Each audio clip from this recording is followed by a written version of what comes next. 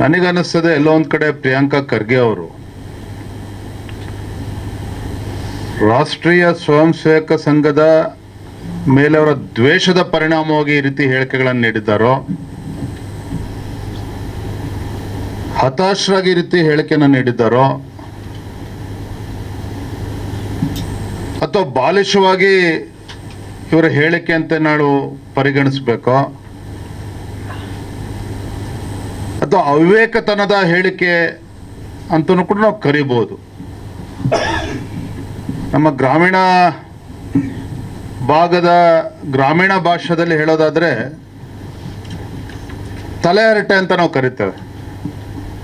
ತಲೆಹರಟೆ, ಅವನು ಬಿಡಪ್ಪ ತಲೆಹರಟೆ, ಅವನು ಬೇರೆ ಕೆಲಸ ಇಲ್ಲ, ಅವನು ಬಿಡಪ್ಪ ಮನುಷ್ಯ ಬರೀ ಉಡಾಫೆ, ಅವನು ಬೇರೆ ಕೆಲಸ ಇಲ್ಲ. ಅಂದರೆ ಗ್ರಾಮೀಣ ಭಾಗದಲ್ಲಿ ಗ್ರಾಮೀಣ ಭಾಷೆಯಲ್ಲಿ ಈ ರೀತಿ ಹೇಳ್ತಾರೆ. ಆದರೆ ಪ್ರಿಯಾಂಕಾ ಖರ್ಗೆ ಅವರು ಒಬ್ಬ ಜವಾಬ್ದಾರಿತ ಸಚಿವ ಸ್ಥಾನದಲ್ಲಿರುವಂಥವರು.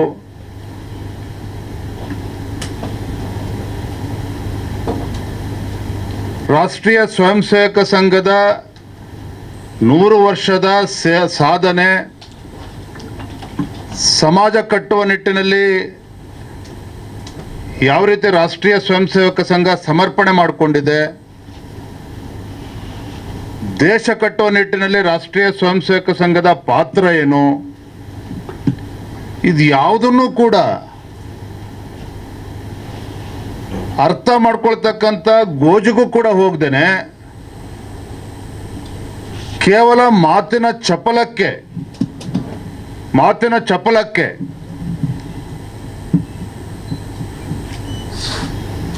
ಮತ್ತೆ ಮಾಧ್ಯಮಗಳಲ್ಲಿ ಸುದ್ದಿ ಆಗಬೇಕು, ರಾಜ್ಯ ಮಟ್ಟದಲ್ಲಿ ರಾಷ್ಟ್ರ ಮಟ್ಟದಲ್ಲಿ ಸುದ್ದಿ ಆಗಬೇಕು. ಯಾಕಂದ್ರೆ ಮುಖ್ಯಮಂತ್ರಿ ಬದಲಾವಣೆ ಬಗ್ಗೆ ಏನೋ ಚರ್ಚೆ ಸಾಕಷ್ಟು ನಡೀತಾ ಇದೆ. ಅವರು ಅದರಲ್ಲಿ ಆಕಾಂಕ್ಷಿ ಇದ್ದಾರ ನನಗಂತೂ ಗೊತ್ತಿಲ್ಲ.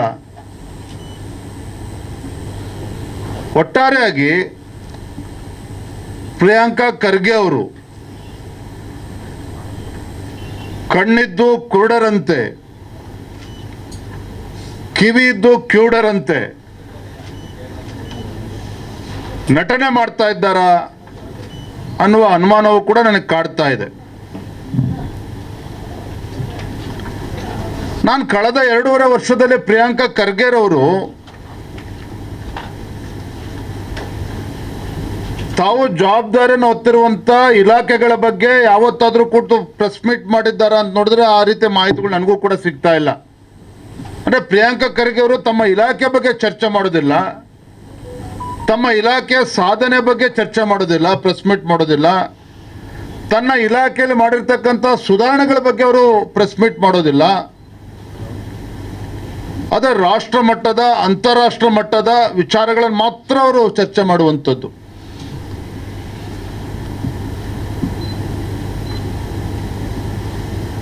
ಅಥವಾ ತಮ್ಮ ತಂದೆಯವರ ಆದಿಯಾಗಿ ಗೌರವಾನ್ವಿತ ಮಲ್ಲಿಕಾರ್ಜುನ್ ಖರ್ಗೆರವರು ಇವತ್ತು AICCಯ ಅಧ್ಯಕ್ಷರಾಗಿದ್ದಾರೆ. 50 ವರ್ಷಗಳಿಂದ ಇಡೀ ಗುಲ್ಬರ್ಗ ಮತ್ತು ಕಲ್ಯಾಣ ಕರ್ನಾಟಕದ ಹಿಡಿತ ಅವರ ಕುಟುಂಬದಲ್ಲಿದೆ. ನಿರಂತರವಾಗಿ ಅಧಿಕಾರವನ್ನು ಅನುಭವಿಸ್ಕೊಂಡು ಬರ್ತಾ ಇದ್ದಾರೆ. ಇಷ್ಟಾದರೂ ಸಹ ಇವತ್ತು ಸ್ವತಃ ಪ್ರಿಯಾಂಕಾ ಖರ್ಗೆ ಅವರು ಕೂಡ ಸಚಿವರಾಗಿದ್ದಾರೆ 2ನೇ ಬಾರಿಗೆ. ಆದರೆ ಇಲ್ಲಿಯವರೆಗೂ ಕೂಡ ಪ್ರಿಯಾಂಕಾ ಖರ್ಗೆ ಅವರು ಇಷ್ಟು ಸುದೀರ್ಘವಾಗಿ ಒಂದು ರಾಜಕೀಯ ಅನುಭವ ಇರ್ತಕ್ಕಂಥ, ಇಷ್ಟು ಸುದೀರ್ಘವಾಗಿ ಎಲ್ಲ ಸ್ಥಾನಮಾನಗಳನ್ನು ಅನುಭವಿಸಿರ್ತಕ್ಕಂಥ ಒಂದು ಕುಟುಂಬದವರಾಗಿ ಯಾಕೆ ಇವತ್ತಿಗೂ ಕೂಡ ಗುಲ್ಬರ್ಗ ಜಿಲ್ಲೆ ಅತ್ಯಂತ ಹಿಂದುಳಿದಿರ್ತಕ್ಕಂಥ ಜಿಲ್ಲೆ ಅನ್ನೋದ್ರ ಬಗ್ಗೆ ಇವತ್ತು ಕೂಡ ಪ್ರಿಯಾಂಕಾ ಖರ್ಗೆ ಅವರು ಉತ್ತರ ಕೊಡೋದಕ್ಕೆ ಸಾಧ್ಯ ಆಗಿಲ್ಲ. ಯಾಕೆ ಇವತ್ತು ಗುಲ್ಬರ್ಗ ಇರ್ಬೋದು, ಕಿತ್ತೂರು ಕಲ್ಯಾಣ ಕರ್ನಾಟಕದಲ್ಲಿ SSLC ಫಲಿತಾಂಶ ಇರ್ಬೋದು, PUC ಫಲಿತಾಂಶಗಳು ಇರ್ಬೋದು, ಯಾಕೆ ಅತಿ ಹೆಚ್ಚು ಹಿಂದುಳಿದಿರ್ತಕ್ಕಂಥದ್ದು ಶಿಕ್ಷಣ ಕ್ಷೇತ್ರದಲ್ಲಿ ಕಲ್ಯಾಣ ಕರ್ನಾಟಕ ಅನ್ನೋದ್ರ ಬಗ್ಗೆ ಇವತ್ತವರೆಗೂ ಪ್ರಿಯಾಂಕಾ ಖರ್ಗೆ ಅವರು ಚಕಾರ ಎತ್ತುತ್ತಾ ಇಲ್ಲ. ಶಿಕ್ಷಣ ಕ್ಷೇತ್ರ ಇರ್ಬೋದು, ಆರೋಗ್ಯ ಕ್ಷೇತ್ರ ಇರ್ಬೋದು, ಅಭಿವೃದ್ಧಿಯ ವಿಚಾರದಲ್ಲಿರ್ಬೋದು, ಯಾವತ್ತೂ ಕೂಡ ಪ್ರಿಯಾಂಕ ಖರ್ಗೆ ಧ್ವನಿ ಎತ್ತೋದಿಲ್ಲ.